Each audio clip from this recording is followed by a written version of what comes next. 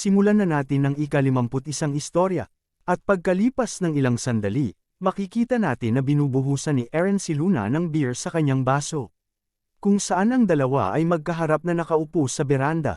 At habang patuloy na binubuhusan ng beer ni Eren si Luna, nasambit nito sa kanya na siya ay pinupuri ni Vincent dahil sa kanyang mga magagandang bagay na nagawa sa kanilang lungsod. Kaya si Eren ay nagsabi sa kanya ng pasasalamat sa lahat ng kanyang mga tulong. Kung saan dahil sa sinabi ni Eren, namula ang mga pisngi ni Luna. At makikita natin ang pagtagay ng dalawa, kung saan ang mga ito ay agad na ininom ang kanilang mga beer habang nakaupo sa labas. At nasambit ni Eren na si Luna ay nagbago ng husto simula nang una silang magkita. At agad naman siyang sinagot ni Luna na hindi ito mas higit kesa sa kanyang pagbabago.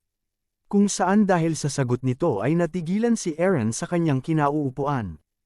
At nasambit ni Luna kay Eren na sa totoo lang, hindi niya gusto si Eren, ang partikular na siya noong bago pa man ito mapunta sa kanyang pagkakakoma. Subalit noong magising si Eren, nasambit ni Luna na siya ay parang naging lubos na ibang tao. At sa sandaling yon, doon nagsimulang maghangad ang mga mata ni Luna kay Eren. At natanong ni Luna kay Eren kung hindi ba siya nagmumukhang isang babae na nakasentro sa kanyang sarili. Kung saan dahil sa tanong ni Luna, napabuntong hininga na lang si Eren. At makikita nating tumayo si Luna sa kanyang kinauupuan, at dagdag pa nito na pagbalik din ni Eren galing sa sisak, ay mayroon siyang nakitang panibagong pagbabago sa kanya. At ito ay parang may nahanap si Eren na bagong layunin para sa kanyang sarili. At nasambit ni Luna na dahil dito, napagpasyahan din niya na gusto din niyang magbago. At habang si Luna ay nakahawak sa railings ng beranda at nakatingala sa kalangitan, nasambit nito na sa halip na siya ay maikasal para sa kapakanan ng kanyang pamilya, napagdesisyonan niya na umalis sa ganoong klaseng kapalaran. Kung saan napatingin na lang sa kanya si Eren. At dagdag pa ni Luna na napagpasyahan niya na huwag mabuhay sa kapakanan ng iba, kundi ang mabuhay sa kanyang sarili. At dahil sa sinabi ni Luna, habang may lungkot sa kanyang mukha, napaisip si Eren sa sinabi ni Luna na mabuhay sa kanyang sariling buhay. At natanong ni Luna sa kanya kung naalala pa ba nito ang kanyang mga sinabi sa teritoryo ng mga Seirod.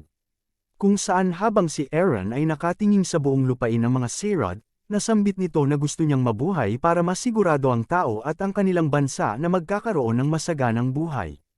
At dagdag pa ni Luna habang ipinapalabas ang magandang lugar ngayon ng lungsod ng York, na ang lahat ng mga sinabi ni Eren noon ay mabilis na nagkatotoo.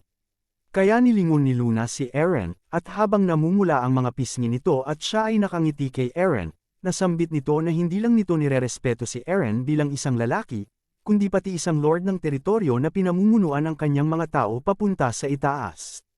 Kung saan dahil sa mga nasambit ni Luna, nanlaki ang mga mata ni Eren at siya ay muling natigilan sa kanyang kinauupuan. At habang patuloy na natitigilan si Eren at si Luna naman ay nakahawak sa railings ng beranda, nasambit ni Luna kay Eren habang patuloy na namumula ang kanyang mga pisngi, na kahit sa gusto man ni Eren o hindi, siya ay magiging lakas nito. At dahil sa sinabi nito, si Eren ay napayuko na lamang. Kung saan siya ay napakagat sa kanyang ngipin kung saan ito ay napansin din ni Luna. At habang nakayuko si Eren, makikita natin ang paglabas ng dati nitong sarili na si Ravenvault sa kanyang likuran. Kung saan ang lumalabas na refleksyon nito sa kanyang inumin ay si Raven na nagpapalabas ng nasasaktang mukha. At bumalik sa mga alaala ni Eren noong siya pa si Raven, kung saan lumaban ito sa isang demonyong lobo noong unang pagpasok nito sa loob ng Demon Corp. At noong binuwis nito ang kanyang buhay para labanan ng isang napakalakas na orc. At ang naging kinahinatnan nito pagkatapos ng maraming taon ng pakikipagdigmaan nito sa loob ng Demon Corp. At habang patuloy na nakatingin sa kanya si Luna habang siya ay nakayuko sa kanyang inuupuan, natanong nito kay Luna sa kanyang isipan kung tunay nga ba siyang mahal ni Luna, hindi lang bilang si Eren, kundi pati na rin ang kanyang kasalukuyang sarili. Kung saan bumalik ang refleksyon nito ni Eren sa kanyang iniinom. At dahil napapansin ni Luna na si Eren ay matagal nang natitigilan sa kanyang kinauupuan, natanong nito si Eren kung siya ba ay maayos lang. At pagkalipas ng ilang sandali, sinagot naman siya ni Eren na ito'y wala. At agad nitong ininom at inubos ang kanyang hawak na baso na may lamang beer. At may ngiti na mayroong halong lungkot sa mukha nito na nagpasalamat si Eren kay Luna. Kung saan ito din ay ikinabigla ni Luna. At dahil sa sinabi ni Eren, siya ay muling napangiti habang namumula ang kanyang mga pisngi. Kung saan agad din itong sinagot si Eren nang walang anuman. At habang may ngiti sa mukha ni Eren, nasambit nito na sa ngayon, ito ay sapat na muna. Kung saan nagpatuloy ang gabi sa kastilyo ng Conrad sa teritoryo ng mga Pendragon. At kinaumagahan, pumunta naman tayo sa gitna ng karagatan kung saan mayroon tayong makikitang dalawang umuusok na mga barko. At ang isang papalapit na barko ay mayroong watawat na may marka ng isang pirata. Kung saan makikita natin ang pagsigaw ng mga nakasakay na noble sa barko dahil sa kanilang mga nakikita. Ito ay dahil ang mga piratang orcs na mayroong daladalang mga sandata ay sumugod sa kanilang sinasakyang barko. Kung saan ang mga nobles ay kanilang isa-isang pinagsasaksak at hiniwa. At mayroon tayong makikitang isang noble na umiiyak at nanghihingi ng tulong sa navy ng imperyo para siya ay sagipin. Subalit agad din na hiniwa ang kanyang ulo. At may makikita tayong isang lalaki na mayroong kasuotan ng isang kapitan ng mga pirata. Kung saan nasambit nito sa kanyang hiniwang lalaki na walang darating para siya ay tulungan. At ang lalaking ito ay napakagat sa kanyang dila. At ang piratang ito ay si Teleo Arangis, kung saan habang hawak-hawak nito ang kanyang espada at ang alahas na kanyang kinuha sa pinatay nilang noble, pasigaw nitong nasambit na siya ay ang pinakatuktok na predator sa karagatan. Nang bigla na lang siyang natigilan dahil sa kanyang napansin. Ito ay dahil mayroon siyang nakitang isang papel sa sahig na mayroong larawan ng duke na si Eren Pendragon. At ang nakasulat sa papel na ito ay ang Pendragon na duke ay nakatakda para gampanan ang tungkulin ng gobernador ng Leos. At habang hawak-hawak nito ang papel, nasambit nito na si Eren ay mukhang mas lalong umuunlad. Kung saan agad din naman itong hiniwa ang papel sa maraming piraso. At habang hawak-hawak nito ang kanyang espada, nasambit din ito, babayaran ko ang utang ko sa iyo, bastardong puting uod. At pumunta naman tayo sa magandang lungsod ng Leos, sa loob ng mansyon ng pumanaw na dating gobernador ng Leos na si Count Segunda. Kung saan nagtatakang natanong ni Eren kung ano ang nangyari sa kanila. Ito ay dahil sa kanyang harapan ay sina Isla, Leon at si Killian na ngayon ay may suot na naggagandahang bagong uniforme. Nang bigla na lang pumasok si Irene habang daladala si Lindsay, at natanong nito kay Eren kung ano ang tingin nito sa bagong pang-navy na uniforme ng hukbo ng White Dragon Knights. At dagdag pa nito habang may labis na tuwa sa kanyang mukha, na ito ay dahil ngayong araw, silang lahat ay magkikita sa tagapag-alaga ng Leos at ang commander ng navy ng imperyo. At lumipat naman tayo sa isang barko kung saan mayroon tayong makikitang mga lalaki na nakahawak sa mga lubid para lumipat sa kabilang barko. Kung saan ang mga lalaking ito ay agad na sumugod sa isang matandang lalaking nakatayo sa kabilang barko. Subalit ang matandang lalaking ito ay agad na ipinalabas ang kanyang kulay puting malakas na aura at ang kanyang aura flow. Kung saan walang kahirap-hirap nitong hiniwa kaagad ang lahat ng mga lalaking sumusugod papunta sa kanya. At makikita natin ang pagkahulog ng mga lalaking ito sa kanilang mga hawak na lubid papunta sa sahig dahil sa ginawang pag-atake ng matandang lalaki. At ang matanda ngunit napakalakas na lalaking ito ay ang Navy Admiral ng Imperyo na si Viscount Moraine. At bumalik tayo papunta sa loob ng magandang lungsod ng Leos, kung saan nabigla ang mga lalaki dahil sa pagdating ng isang hukbo na nakasakay sa mga kabayo. At ang hukbong ito ay mayroong daladalang bandila na mayroong marka ng isang seahorse. Kung saan nasambit ng mga taong nakamasid sa kanila na ito ay ang dakilang puting pating ng Navy. Ito ay ang commander ng Navy ng Imperyo na si Viscount Moraine. At dahil sa kanilang nakikitang ekspresyon sa mukha nito, nasambit ng mga ito na ang kanyang mukha ngayon ay mas nakakatakot kesa noon. Ito siguro ay dahil sila ngayon ay magkikita ng Pendragon na duke. At mula noong nakipagsabuatan ang dating gobernador sa mga pirata at tinalikuran ang hukbo ng Navy, marahil iniisip nito ngayon kung sino ang kikilos. At habang nagpapatuloy ang Viscount at kanyang hukbo, nasambit ng dalawang lalaking nag-uusap na paniguradong magiging masaya ang kaganapan sa kanilang pagkikita. At bumalik tayo sa loob ng mansyon ng pumanaw na dating gobernador ng Leos na si Count Segunda. Kung saan makikita nating nakatayo si Eren kasama si Isla at Killian na nasa kanyang likuran. At makikita din natin ang Admiral ng Navy ng Imperyo na si Viscount Moraine na mayroong katabi na isang lalaki habang nasa likuran ng mga ito ang kanyang hukbo. At agad na yumuko si Eren para magbigay ng pagbati, at nasambit nito sa admiral na siya ang uupo sa pwesto bilang panibagong gobernador ng Leos. Kung saan patuloy lang na nakatayo ang admiral at hindi siya nito pinapansin. Subalit agad din yumuko ang katabi nitong lalaki, kung saan nasambit nito na ang matandang lalaki ay ang Sword Emperor at ang admiral ng Navy ng Imperyo na si Viscount Moraine. At dagdag pa nito na ikakatalino nila kung itatatak nila ang kanyang sinabi sa kanilang isipan. Kung saan dahil sa nasambit ng lalaki, napatitig ng masama sa kanya si Isla at si Killian. At nasambit ni Eren na narinig niya na pagkatapos mamatay ni Count Segunda, siya ang namahala sa lungsod ng Leos. At dagdag pa nito na dahil dito, gusto niyang marinig ang kasalukuyang sitwasyon ng lungsod. At nasambit ng lalaki na nilupig nila ang karamihan sa mga kapanalig ng dating count at gobernador na si Segunda.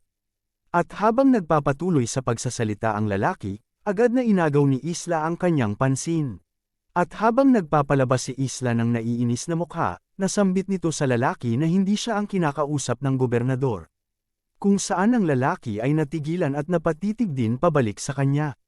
At agad na ipinalabas ng lalaki ang malakas nitong puting aura, kung saan ipinalabas din ni Isla ang kanyang kulay lilang aura na naguhugis ngayon ng mga pakpak sa harap ni Eren.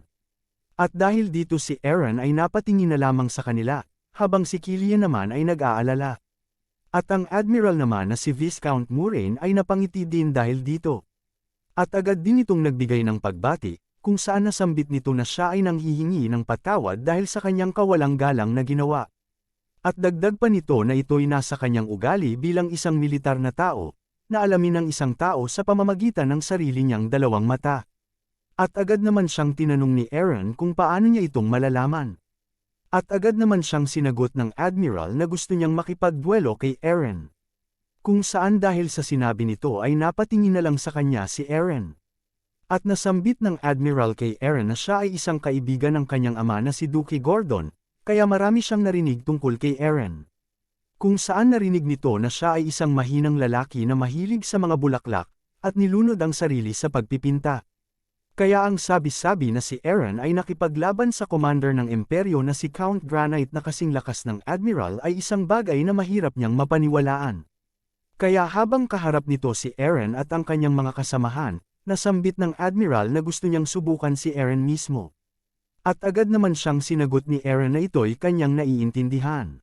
At agad din si Eren na naglakad sa tabi at nasambit nito na sila ngayon ay magsimula. At dahil sa sinabi ni Eren, ang admiral ay napangiti. At agad din itong naglakad papalapit papunta kay Eren. Subalit bago pa man ito makahakbang muli ay agad na hinarang ni Isla ang kanyang paa gamit ng kanyang hawak na sibat. Kung saan ito ay labis na ikinabigla at ipinagtaka ng admiral at ng kanyang tauhan. Nang bigla na lang mayroong kamay na sumunggab sa kanyang ulo. Ito ay si Eren na agad na sumugod sa kanya at siya ay sinunggaban habang siya ay natitigilan sa kanyang kinatatayuan. At makikita natin ang pagtama ng ulo nito ng napakalakas sa sahig habang siya ay hawak-hawak ni Eren sa kanyang leeg. Kung saan dahil dito, agad na nagpalabas ng aura ang tauhan ng admiral at binunot ang kanyang espada sa kanyang baywang at pasigaw nitong natanong kung ano ang kanyang ginagawa. Subalit bago pa man makagalaw ang lalaki sa kanyang kinatatayuan, makikita natin na agad din na nakalapit si Isla sa lalaki, kung saan agad nitong tinutukan ng lalaki sa kanyang leeg gamit ng kanyang sandatang sibat. At dahil sa mga kaganapang ito ay labis na ikinagulat at ikinabahala ni Killian at ng isang sundalo. At habang nakatutok ang sibat ni Isla sa lalaki, nasambit ng lalaki habang siya ay nanginginig na sila ay mga duwag. At agad din naman siyang sinagot ni Isla ng may seryosong mukha kung mayroon bang ganitong bagay para sa mga pirata. Kung saan dahil naintindihan niya ang sinabi ni Isla, nanlaki ang mga mata ng lalaki. At habang hawak-hawak ni Eren ang admiral sa kanyang leeg sa sahig, natanong nito sa kanya kung ano ba ang sa tingin nito ang kanilang kakalabanin. At dagdag pa nito na ang kanilang kalaban ay ang pinakamarahas na pirata sa karagatan. At ang mga ito ay pinamumunuan ng pinakamarahas na half-orc, ang Dark King na si Teleo Arangis. At nasambit ni Eren habang nakatingin sa admiral na si Teleo Arangis ay mas malinaw na mas malakas kesa sa kanilang dalawa. Kung saan agad na inalis ni Eren ang kanyang kamay sa admiral at tumayo. At agad din siyang sumenyas kay Isla para ibaba nito ang kanyang sandata, At nasambit ni Eren na wala siyang oras na sumali sa walang kwentang laban ng kapangyarihan gaya ng ganito. Kung saan ang mga tauhan ng Admiral ay napayuko na lang ng kanilang mga ulo habang naiinis. At habang nakaluhod ang Admiral sa sahig, nasambit nito na tama ang mga sinabi ni Eren. At agad nitong tinawag si Eren bilang gobernador ng lungsod ng Leyos. Kung saan ito'y ikinabigla ni Isla at ni Killian. At nasambit ni Eren na upang malupig nila ang mga pirata, ang lakas ng Navy ay kanilang kinakailangan. Kaya gusto niya ang tulong galing sa kanila. Kung saan agad ni Eren na iniabot ang kanyang kamay sa nakaluhod na Admiral ng Navy. At agad din itong kinuha ng Admiral kung saan ang dalawa ay nakipagkamayan sa isa't isa. At nasambit ng Admiral na ang kanyang pagtulong ay kanyang ikinagagalak.